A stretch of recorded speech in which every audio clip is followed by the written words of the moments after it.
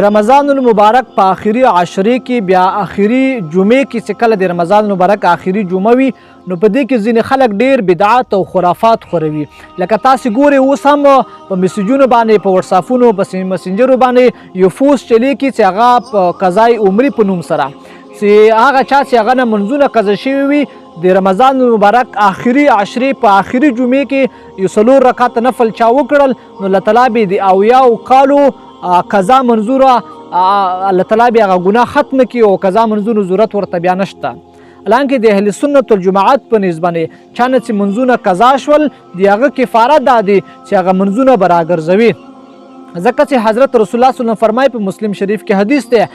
من نسی صلاتا او نام عنها، چا نه چې مونځ هیر شولو او یا دی ویده شولو فکفارته ان یصلیها اذا ذکرها، کفاره د دې دا دی چې کله دته ریاض شروع نو د مونځ به د خپل قضا راګرځوي. اگر چې تا نه د 100 کالو منځونه قضا شوي وي د دې بل صورت نشته دی، فقط دغه یو صورت دی چې هر مونځ به ته راګرځوي. او که کوم خلک دا خبره کوي چې قضای عمرې 4 رکعته نفل دی وکړي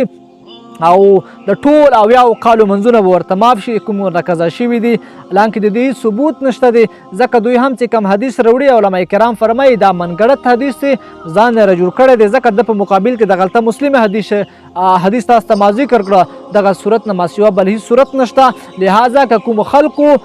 دغه وسواس دغه فکر وي لهذا په دغه وسواس کې مه پرېوځئ او کوم خلکو چې دغه فستونه شرکوي لهذا دغه خرافاتو نه ودرېږئ، دغه بدعاتو نه ودرېږئ. کله چې د یو شي تحقیق مو نه وي کړی نو هغه شي پسې مه لګئ او مه یې شیر کوئ، مه یې لایک کوئ او مه یې بل چاته ورلګئ. د دې وجې نه ټولو مسلمانانو سره دغه خبره شریکه کړي چې کوم خلک په دغه شي کې مبتلا دي چې دوی هم دغه قضای عمرې سوچ او عقیده لري، لهذا دا بدعات دی، د نه ځان ساتل پکار دی او ضروري دي.